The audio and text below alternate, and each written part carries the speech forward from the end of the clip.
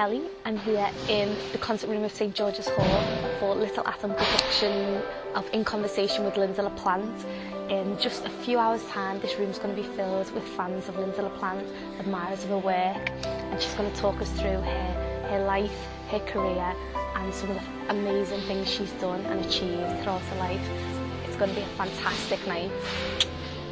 So I am here with the fabulous Lynda La Plante, and Lynda, I've heard you've just had some fantastic news on a wonderful day. Yes, back in Liverpool. But the big news for me is that my paperback is #1. Sunday Times bestseller #1. Thank you. Congratulations. we need to add in an applause there because there's no one here, but fantastic. It's so wonderful because also it's a very, very good book. But, you know, it's not like it's all mine. It doesn't belong every inch and every page to me. There's researchers. There's a terrific detective that guides me through the waters called Cass, and he works in my office, Cass Sutherland. And then when you've got all that process of the writing and the research done, it's then over to, you know, my publishers, Simon. It's very much a team effort. Everybody, you know, PR is terribly important just to arrange something like this. It's terribly important. I suppose after so many successes that you've had, you'd think that you'd become less. You're like, oh, another one. You can't say, oh, that was terribly successful. Widows, perhaps. They've gone, they're past. This is now, this is today, and I've done it again. And it's like, it is such an exciting feeling. Yeah. And well deserved, obviously. So, but you're back in Liverpool, and how is that for you? You know, obviously you're all over the place, all over the world, but this is your home city. So how is it to be back? Very odd. Really, there's, you know, when you go through history with yourself and where you were and at school and the day trips to here, to the St George's Hall with the school bus, and it's things like you forget so much. And I was remembering, you know, flashes come to me, and I remember having a big bunch of pussy willows when I was being taken to school. And the school teacher was called Miss Espra. And she was like a tall, thin whippet. And she was at the gates of this little school. And she said, Miss Violet has passed, so she won't be at school today. So I said, well, when she's passing back, would you give her the pussy willows? And it's like, there's something about Liverpool's humour. It's always classic. So you're doing a song, obviously a Beatles cover, because that's what you do.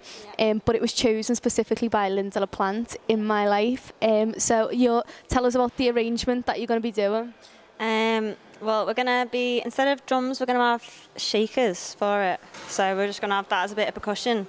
And then we're going to use Sean, our drummer, is going to play vibraphone. Now, you're used to being in an all-girl group, but it's an all-female musical lineup tonight. That's right, yeah.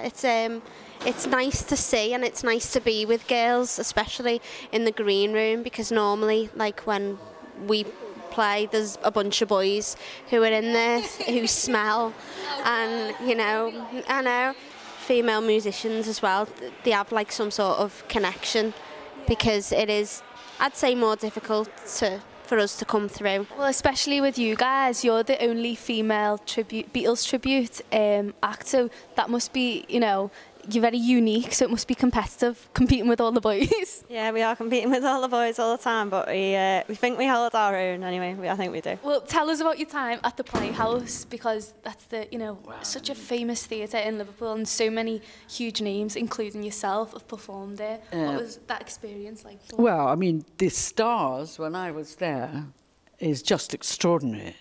Yeah. You know, the actors that were there, Anthony Hopkins, Colin Welland. It was, I mean, an amazing, and the director, David Skase, was a genius. Yeah. Learned so much from him. And we used to be in wonderful competition with the Everyman Theatre, you know, and there'd be all these fights. And I remember the costume designer at the Everyman Theatre. She was doing Richard III, and an actor called Bruce Myers was playing Richard III. And she said, do you know how much I've been given for the costumes? So I said, no, how much? She said, 10 quid. I said, what, for all the costumes? She said, yes. I mean, it's ridiculous, isn't it? But she was a genius. She got old red carpet and cut it into, like, long robes, and then made plaster of Paris huge heads of wolves. They were superb costumes. They must have known her creative mind and her ability to give her that task to do that. I don't know. No, it was a risk. Because there was a lot of very, very irritated people with sticky paper mache bits in buckets of glue going, I bloody hate that woman. So I mean, it took a long time to get those heads together. But we were very competitive. Yeah. So I'm here with Natalie McCool, Female Artist of the Year at the Liverpool Music Awards. Congratulations, first of all, on your award. We're back at the venue where the award was for this evening's event. So tell us how you felt, first of all, when you got asked to do this event. Like, how did you get approached? Well, I'd done the previous one for Paul de Noia, which was at Threshold Festival. And then Gemma asked me to do this one again. And then, yeah, she just asked me if I wanted to do my song, which is, am I allowed to say which one it is? Yeah. It's Brothers in Arms by Dire Straits, which I was like, yeah, because obviously it's like got Mark Knopfler's got a really cool kind of guitar style. It's like quite similar to what I do, like finger picking style, so I was like chuffed about that choice. Yeah, it's all good. Sounds great. And one moment I will never, ever forget. When I was at RADA, the principal of RADA, because I was only cast as 8-year-olds, and when I went to the principal of RADA, he was called John Fernald, see, I remember, and he said, well, no, I went to him and I said, I wonder if I could understudy Juliet or do something that's not over 80. And he said, now, Lynda, you know, what you have to realise, dear girl, you're rather plain-looking, small, squat, and I very much doubt you'll come into your own as an actress until you're in your mid-40s. So I said, oh, thank you very much. Cut to Liverpool Playhouse, opposite Anthony Hopkins, and I was playing the most glamorous woman in the Goldoni play in a big red gown, and with a tap on the door. And the doorman said, there's a fella here to see you. So I said, you can send him up. Principal of RADA. The door opens and he goes, hello, my dear darling. I can't tell you the 4-letter word I said to him, but you know, it's pretty obvious. Yeah. Off. Tell us the song that you're singing, first of all. I'm singing Wind Beneath My Wings by Bette Midler. It'll be interesting to see the different spin people put on the chosen songs. Yeah, I've heard a couple of them. I heard Natalie's soundcheck and I heard the Beatelles soundcheck, and they sound lovely. Because the songs that she's picked, mine obviously is a female song anyway, but theirs aren't. They're doing, you know, Dire Straits and the Beatles, and so yeah, it should be good. But going from those incredible productions that you've starred in to writing, was writing a transition from acting, or was it something that you always loved to do? No, it was a complete transition. Really? But it was more exciting than acting. Really? And why is that? I can't tell it, I can't explain it. No. Whether it's, you know, as an actress, you'd very much like to play, you know, every leading role possible, but it's the control, to be able to control it. And it's very, very exciting to follow that path of writing. Are you enjoying the event? Oh, it's fantastic, yeah. She has got such a great sense of humour. Well, I've always been a big fan of hers. More so with the TV work than she does through the books that she writes. I'm loving that she's having a little drink while she's having a chat. Yeah. She's just having a ball. It all seems really easy, and it's coming so naturally to her. It's just brilliant. I think she's hilarious, and I think she said at the beginning you can't take Liverpool as her person. Well, she can tell a tale.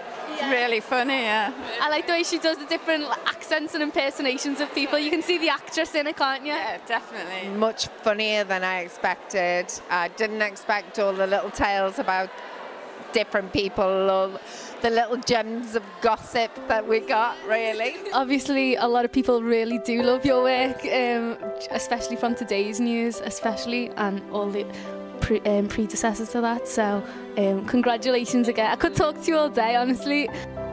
Lynda left the audience in a standing ovation.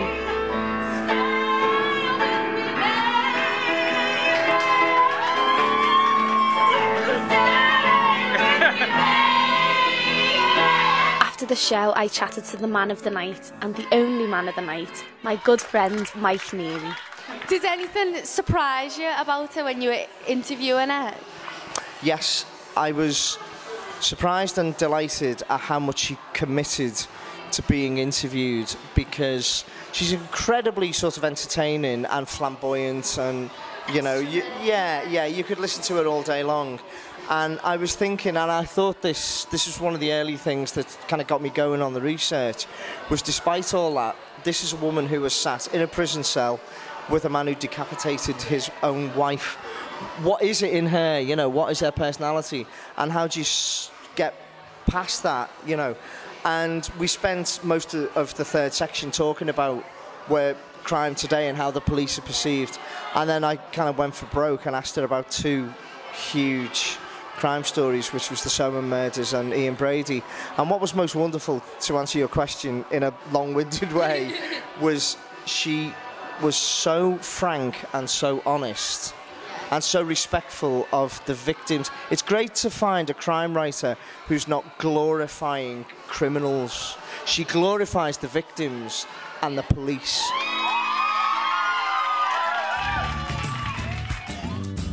Click on one of the other videos on screen to check out where else I've been.